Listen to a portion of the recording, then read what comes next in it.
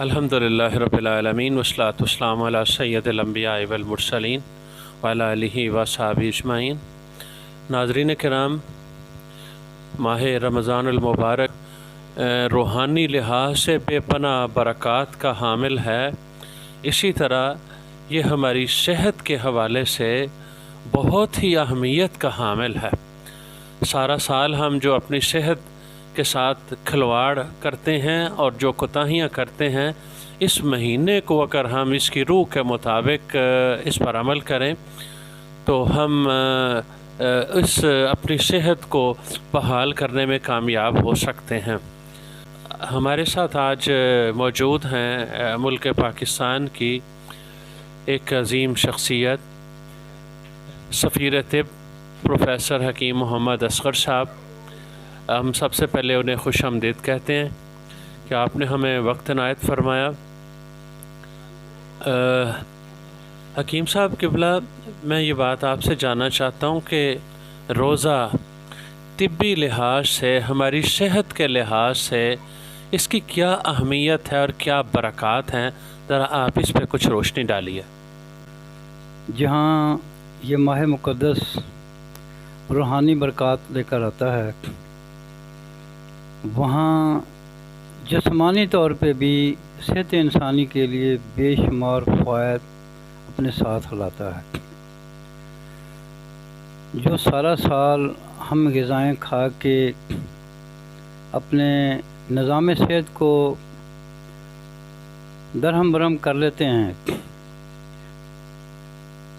مختلف بیماریوں کے جنگل میں جکڑے جاتے ہیں، یہ ماہ مبارک جہاں شیاطین کو قید کرتا ہے، وہاں بیماریوں کو بھی بدن انسانی سے دور کرتا ہے۔ جیسا کہ زیادہ اور بے وقت کھانے سے انسان کے نظام انہضام پہ اثر ہوتا ہے، اسی طرح صحت بھی بگڑتی ہے، بیماریاں بھی پیدا ہوتی ہیں، مختلف بیماریوں کا پیش خیمہ بنتا ہمارا بے وقت کھانا، بے ترتیب کھانا اور غیر اخلاقی اور غیر معیاری طریقے سے اپنے آپ کو صرف کھانے پینے تک محدود کر دینا۔ تو روزہ یہ ہے کہ اس میں بے شمار صحت کے خزانے ہوتے ہیں۔ مثلاً جب انسان روزہ رکھتا ہے، اس کے طبی فوائد آپ دیکھیں تو آپ سوچیں گے کہ سارا سال رمضان ہی ہو، صحت کے حوالے سے اگر دیکھا جائے تو۔ مثلاً جب بے جا کھانا کھا کے ہم بیمار پڑتے ہیں، خمیر بڑھ جاتا ہے، تو روزہ بہت ایسی چیز ہے، اس میں معقول غذا کھانے سے انسان کی صحت بہتر ہوتی ہے۔ جہاں بھوک اور پیاس آتی ہے، بھوک کے آنے کی وجہ سے جو انسان غذا اس وقت نہیں لیتا، حالانکہ بھوک آ رہی ہوتی ہے تو غذا انسان صحیح نہیں لیتا، غذا پوری نہیں لیتا، تو آگے سے جو جمع شدہ سٹارچ ہے وہ معدے سے ہضم ہوتا ہے، اس کے اوپر صفرا گرتا ہے۔ اسی طرح پیاس لگتی ہے، وہ برداشت کرتے ہیں، تو سالے صفرا پیدا ہو کے انسان کی آنتڑیوں سے خمیر کو ختم کرتا ہے اور انسان کا صحت مختلف بیماریوں کے جنگل سے آزاد ہو کے بدن انسانی صحت کی طرف راجع ہو جاتا ہے، انسان کو صحت کی نعمت حاصل ہوتی ہے۔ یہ روزے سے ہی ممکن ہے۔ اب دیکھیں یورپ کی دنیا میں دیکھ لیں، اب یورپ کے لوگ جو ہے اسی پیٹرن پہ چلتے ہوئے انتہائی خطرناک امراض کا علاج روزے کے طریقے سے ہی کر رہے ہیں۔ الگ بات ہے کہ اس کو کوئی اور نام دے لیں، لیکن طریقہ کار یہی ہے، جیسے کہ سورج نکلنے سے پہلے کھانا اور سورج ڈوبنے کے بعد کھانا، یا جو مطلب کم و بیش 28 دن کا وہ ٹینور دیتے ہیں، 27 دن کا، 28 دن کا، جبکہ رمضان المبارک 29 کا ہوتا ہے یا 30 کا ہوتا ہے۔ تو اس میں آپ دیکھیں کہ زیادہ سے زیادہ صحت کے خزانے تبھی حاصل ہوتے ہیں جب انسان اس کو مکمل کر لیتا ہے، تو انسان کو صحت جیسی چیز حاصل ہوتی ہے، انتہائی مہلک امراض سے انسان بچ جاتا ہے، بغیر ادویات کے ود آؤٹ اینی میڈیسن انسان روح بصحت ہو جاتا ہے۔ محترم حکیم صاحب، یہ جو روزے کے طبی فوائد ہیں اس کو حاصل کرنے کے لیے ہمیں کون سی غذائیں کھانی چاہیے سحری میں اور افطاری میں، اور کون سی غذائیں ایسی ہیں جن سے ہمیں بچنا چاہیے تاکہ وہ حقیقی جو روحانی اور اس کے ساتھ جو طبی فوائد ہیں وہ ہم روزے سے حاصل کرنے میں کامیاب ہو سکیں؟ دیکھیں کہ بالکل معدے کو خالی چھوڑنا یہ بھی نقصان دہ ہے،